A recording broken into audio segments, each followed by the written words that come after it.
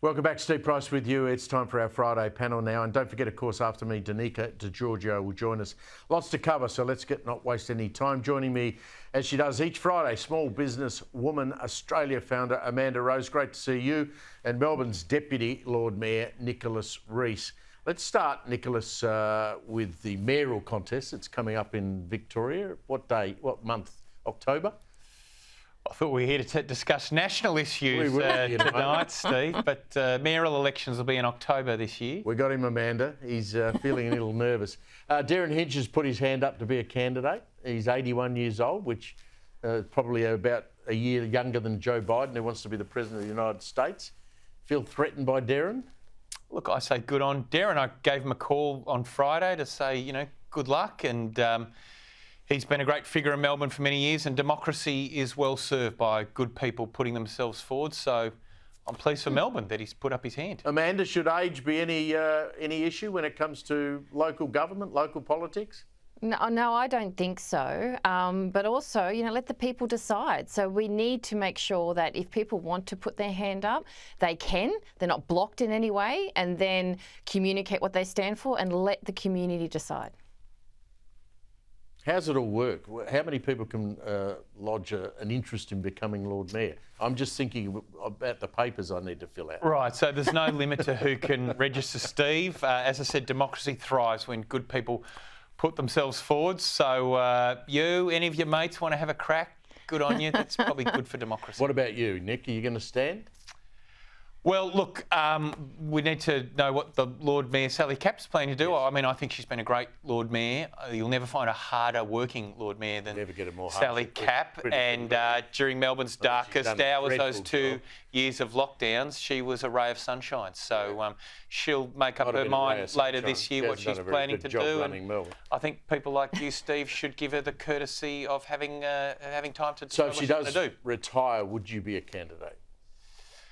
Look, I'm not going to get into hypotheticals with you, Steve. We'll kind of I'll make a decision. It's a simple question. If she walks away, comes along, are you going to be a candidate? Amanda, you take that as a yes? Look, it's definitely yes, but I give him credit. He's being respectful with the Lord Mayor now, because you don't want to be the person that looks like a douchebag saying, I want to knock them off their perch. So it's a very tricky situation he's in. And if he is running, you know, good on him, putting his hand up. But, you know, it's a very difficult situation.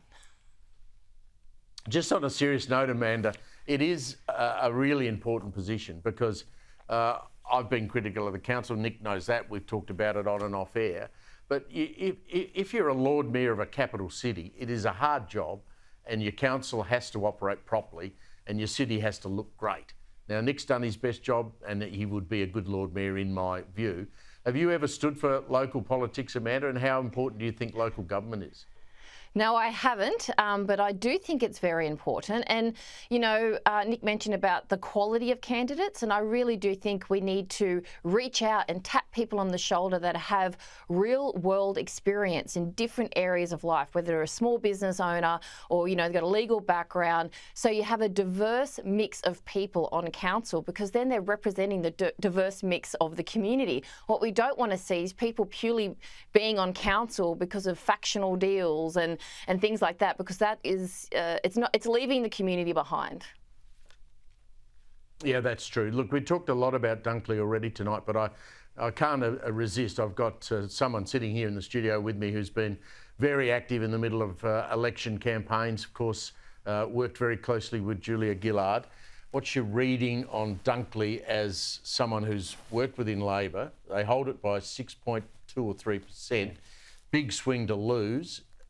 Are they going to hang on? So, look, I should start by saying I'll be part of the Sky News broadcast on Saturday evening out in Dunkley with Simon. Being part of all that.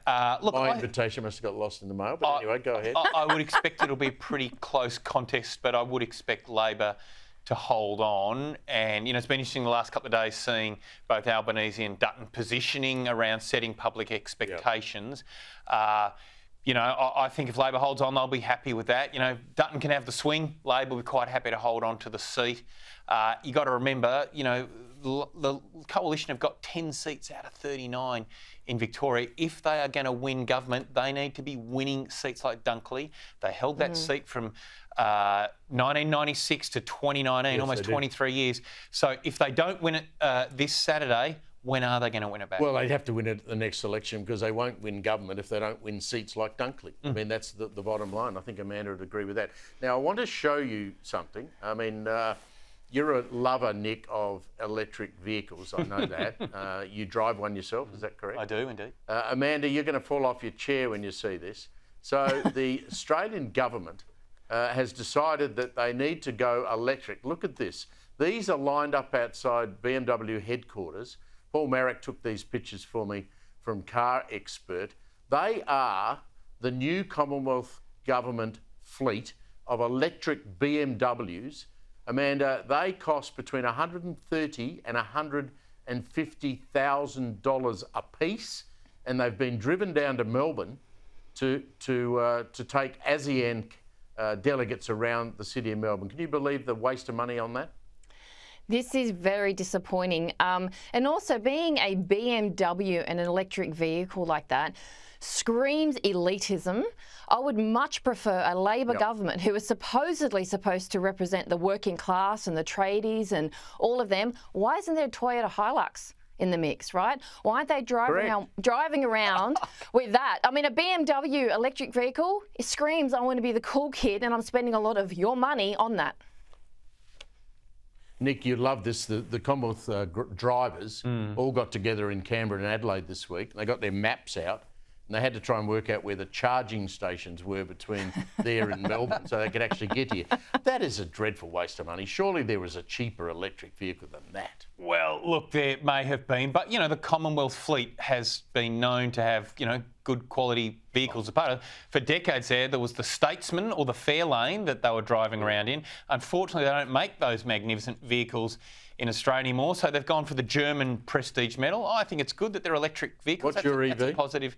Mine's a Hyundai, more a working man's electric. But I mean, look, you're being silly here. No, I'm not, Steve. I mean, you can't have world leaders getting the tram around Melbourne. They've got to be in secure Why not? We love vehicles. our trams.